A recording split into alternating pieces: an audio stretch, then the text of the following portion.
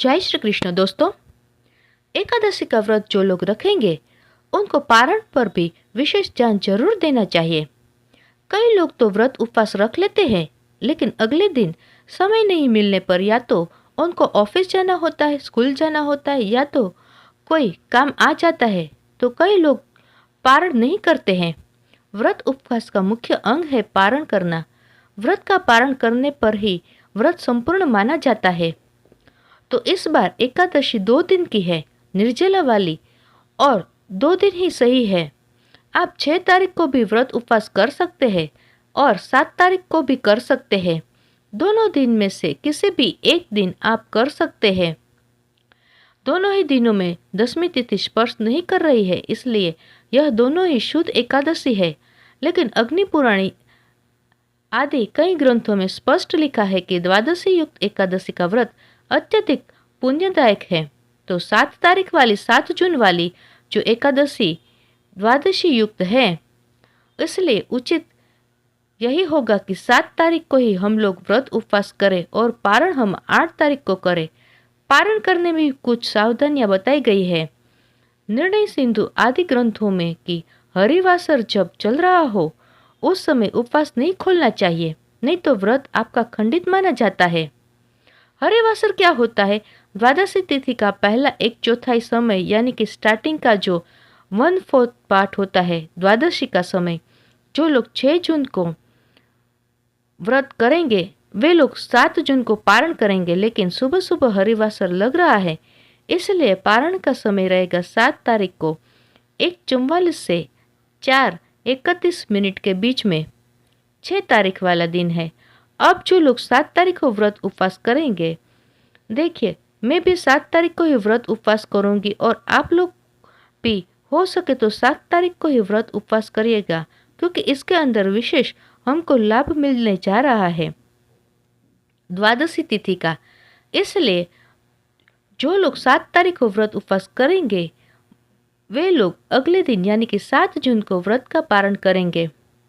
अब थोड़ा सा ध्यान दीजिएगा दोस्तों, पारण से पहले आप भगवान की पूजा कर लेना। जल के घड़े का दान करना है, घड़े के साथ मीठा भी होना चाहिए। देखिए शास्त्रों में दान का 2 दिनों का लिखा है। लोग पूछते हैं कमेंट में कि घड़े का दान, जो जल का दान है वो वाला जो घड़ा है, उसका दान हमको कब करना है? एकादशी को करना है कि द्वादशी को करना है? तो शास्त्रों में दोनों ही दिन का विधान बताया गया है। एकादशी का भी बताया गया है और द्वादशी का भी। जब हम लोग सुबह पारण करेंगे उससे पहले आपको घट का दान करना है, जल से भरा हुआ घड़ा। देखिए पूजन आप भगवान का खुद से कर लेना। समय मिलेगा तो मैं पूजन का वीडियो भी बता दूंगी। आप कमेंट में बता देना कि आपको वीडियो चाहिए या नहीं। पूजन में अनाज निकाला जाता है दान करने के लिए। छाता, जूता आदि जो भी आपके पास साधन सामग्री हो, भगवान ने जितना दिया हो, आप अपने हिसाब से निकाल कर उसे दान कर सकते हैं। यह आपको कब करना है? तो आप एकादशी को भी कर सकते हैं और द्वादशी को भी कर सकते हैं। अब आते हैं द्वादशी तिथि पर कि पारण के पहले हमको भगवान का पूजन और भगवान को भोग लगाना होता है। पारण के कई प्रकार है, मैं यहाँ पर सभी प्रकार बता देती हूँ। जो भी आपको सही लगे आप उनमें से एक प्रकार के पारण कर सकते हैं। पहला है कि हमने भगवान का पूजन किया, भोग लगाया और उसी प्रसादी से हमने व्रत का पारण कर लिया। दूसरा है कि हमने पूजन किया और हम उसके अंदर भगवान का अभिषेक करते हैं, जल से स्नान कराते हैं अथवा तो पंचामृत से स्नान कराते हैं। तो उसी चरणों तक से आप वह जल पीकर भी आप पारण कर सकते हैं। यह भी पारण का दूसरा स्वरूप है। कई लोग तुलसी पत्र से भी पारण करते हैं, लेकिन वह तुलसी भगवान को चढ़ाई हुई हो तो वह प्रसाद के रूप में आप उसे लेकर पारण कर सकते हैं। तीसरा है यदि किसी को जल्दी हो कि सुबह सुबह हमको जल्दी जाना है, नौकरी पर जाना है, स्कूल जाना है आदि, कहीं पर भी व्यक्ति व्यस्त रहता है, तो आप क्या करना, अपने दाएं हाथ की उंगली में थोड़ा सा जल लेना, 4 बार नारायण नारायण नारायण नारायण बोलकर फिर मन में ही संकल्प करना कि मैं इस जल के माध्यम से अपने इस एकादशी के व्रत का पारण करती हूँ या करता हूँ, और वह जल आप पी जाना, तो इससे भी आपका पारण माना जाएगा। और चौथा है चने का प्रयोग। द्वादशी को सेवा पूजा की जगह पर बैठकर भुने हुए 7 चने के दाने आपने अपने हाथ में ले लीजिएगा। उन 7 चनों को 14 टुकड़ों कर लीजिएगा। अब 7-7 टुकड़े अलग अलग जगह रख दीजिएगा। टूटे हुए इन टुकड़ों में से 7 टुकड़े उठाकर बाएं हाथ में रख लीजिएगा, लेफ्ट हैंड में, और दाएं हाथ से एक एक दाना अपने सिर से पीछे फेंकिए और मन ही मन भावना कीजिए कि मेरे 7 जन्मों के शारीरिक, वाचिक और मानसिक पाप नष्ट हुए। इस भावना के साथ 7 अंजलि जल पानी है और चने के बीच हुए जो 7 दाने हैं उनके साथ खाकर व्रत खोलना चाहिए। इस प्रकार व्रत खोलने के बाद अपने सामर्थ्य के अनुसार यथा योग्य दान करना चाहिए। आपने वीडियो में सुना ही होगा कि इससे 7 जन्मों के पाप हमारे खत्म हो जाते हैं। यथासंभव हो सके तो यह चने के प्रयोग से ही आप पारण करना।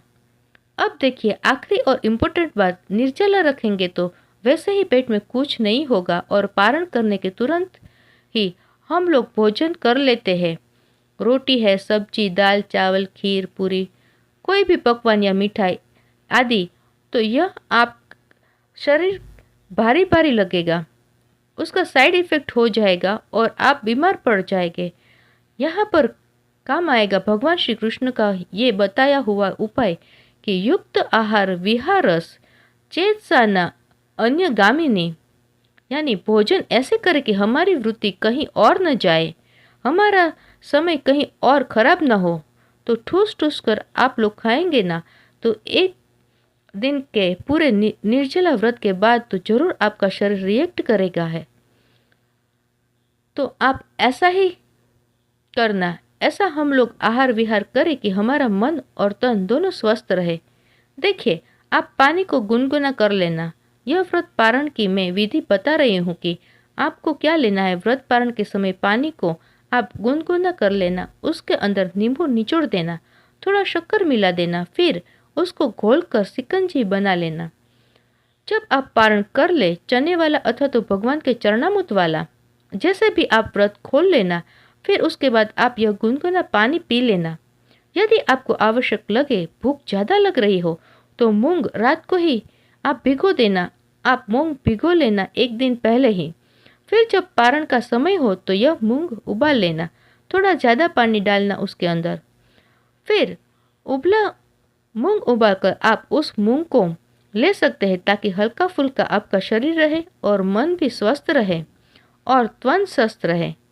यह सब सावधानियां आप लोग रखेंगे।